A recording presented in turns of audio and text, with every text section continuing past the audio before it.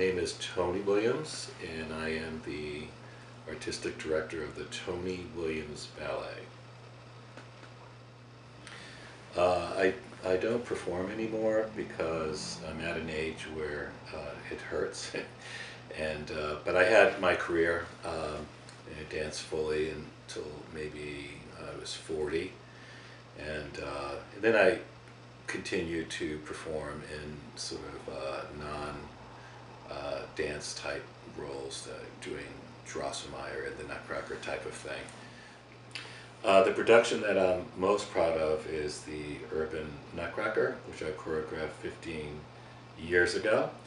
And I'm proud of it because it sort of embraced not only the creative process of choreography in dance, but it really incorporated the community that we live in, that I live in, and I wanted to present a production that represented all the different people in the community and all of the different dance styles that people feel like, you know, special about, or they enjoy a particular dance style.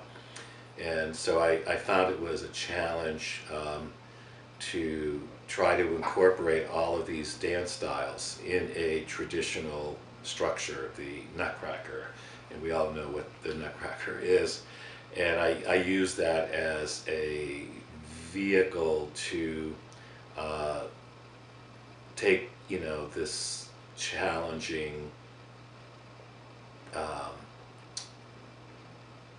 story on, and to sort of put it all into this stew pot and see what would come out of it. And so when I first did it, you know, I had no idea. I was completely very insecure about what people would think, and when we did it, it was just very combustible response from the audience. They really enjoyed it. So, you know, I think it was something that if I hadn't taken the step, you know, going out on a limb and trying to put this together and feeling like I was going to completely fail with it, it wouldn't happen. So I'm glad that I, you know, took that chance, and so that's basically.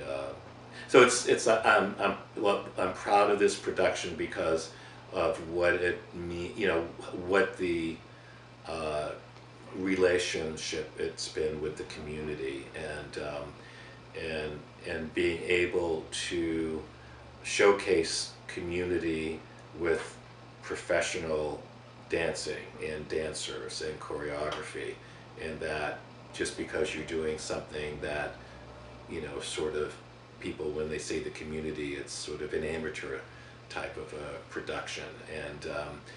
And I think when people come to see it for the first time, they're sort of half expecting that, and when they see that it's very professional and very entertaining, and it has wit, and it has humor, and it has pathos, and it has you know, a lot of happy dancers on stage, from children up through senior citizens, that we have people in their 70s singing on stage. So you know, it's pretty cool.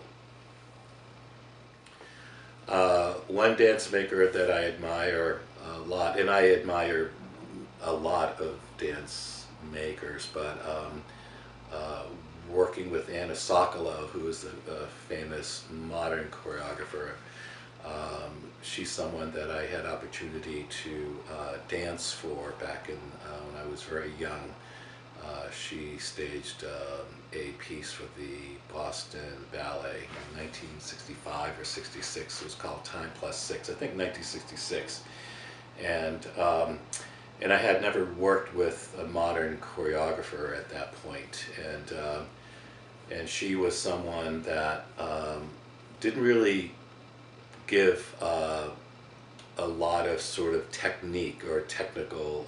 Her approach was not that technical. It was more interior. It's like more psychological, and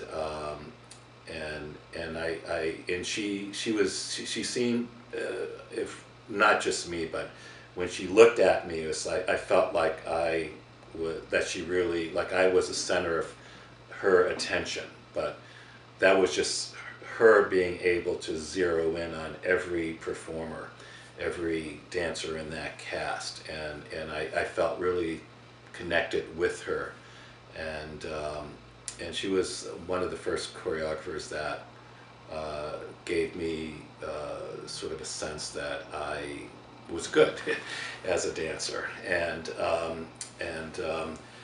then I had the opportunity to dance for her again when I was with the Joffrey Ballet a couple of years after that, and she had set a piece that had already been set in the company, but when I joined, I was brought into the cast. It was called Opus 65, and it was about the protests with the youth in Vietnam War and all of that going on in the 60s.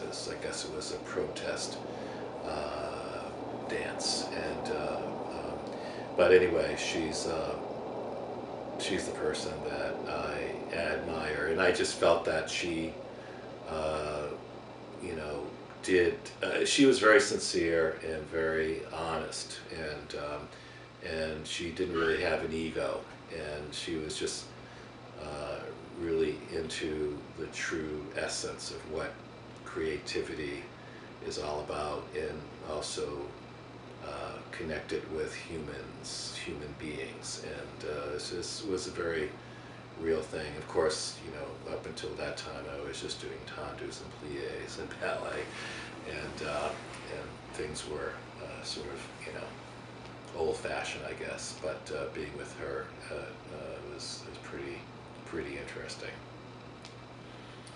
Advice for new choreographers. Well, is there advice for old choreographers?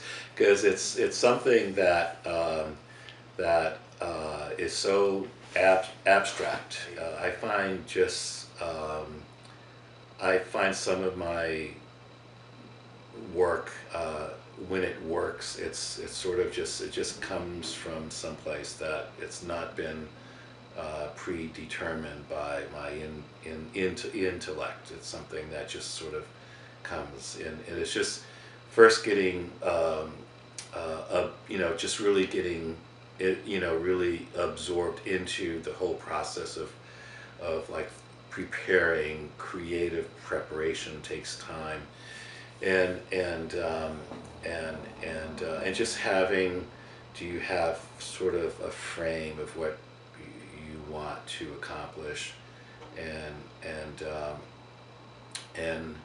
just having sort of an honest approach to the goal of making a particular dance. So it's like it's really sort of just being out there without anyone saying, oh, this is good, that's bad, change this, don't change that. And so it's like a lot of self-doubt is involved with it, and but it's really worthwhile if you can accomplish, you know, the task by having some dances that you've created that people